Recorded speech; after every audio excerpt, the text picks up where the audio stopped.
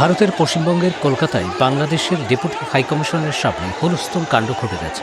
সংখ্যালঘুদের উপর নিপীড়ন, দীপচন্দ্র দাসের হত্যাসহ বিভিন্ন ইস্যুতে 23 ডিসেম্বর মঙ্গলবার বঙ্গীয় হিন্দু জাগরণ মঞ্চের বিক্ষোভের সময়ের অবস্থা ছিল এমন।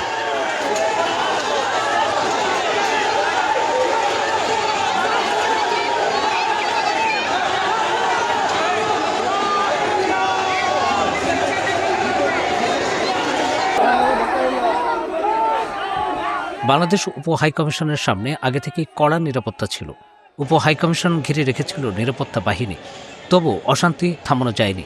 বিক্ষোভকারীরা ব্যারিকেড ভেঙে এগোনোর চেষ্টা করলে তাদের উপর লাঠিচার্জ করে পুলিশ। গুরুতর আহত হন কয়েকজন, কেউ কেউ রাস্তায় লুটিয়ে পড়ে। ধরাধরি করে তাদের নিয়ে যাওয়া হয়। লিলি বিউটি সোপ, যার অ্যান্টি এজিং গুণ তারুণ্য ধরে রেখে ত্বককে করে উজ্জ্বল। তারুণ্যময় উজ্জ্বল ত্বকের জন্য রিমার্ক। কেবল হিন্দুত্ববাদী সংগঠনগুলোই নয়, সিপিআইএম সহ বিভিন্ন বামপন্থী দলও কলকাতায় উপ হাইকমিশনের দিকে মিছিল নিয়ে যায়।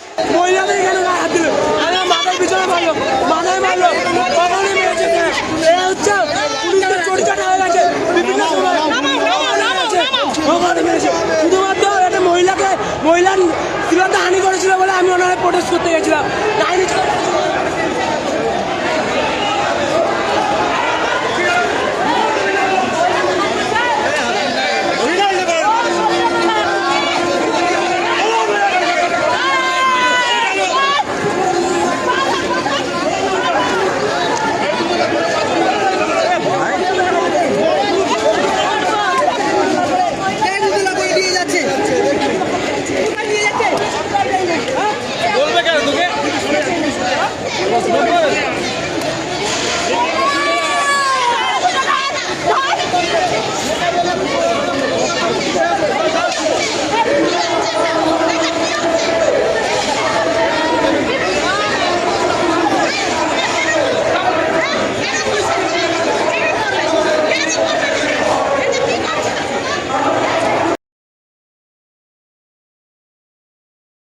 লিলি বিউটি সোপ, যার অ্যান্টি এজিং গুণ তারুণ্য ধরে রেখে ত্বককে করে উজ্জ্বল। তারুণ্যময় উজ্জ্বল ত্বকের জন্য। রিমার্ক।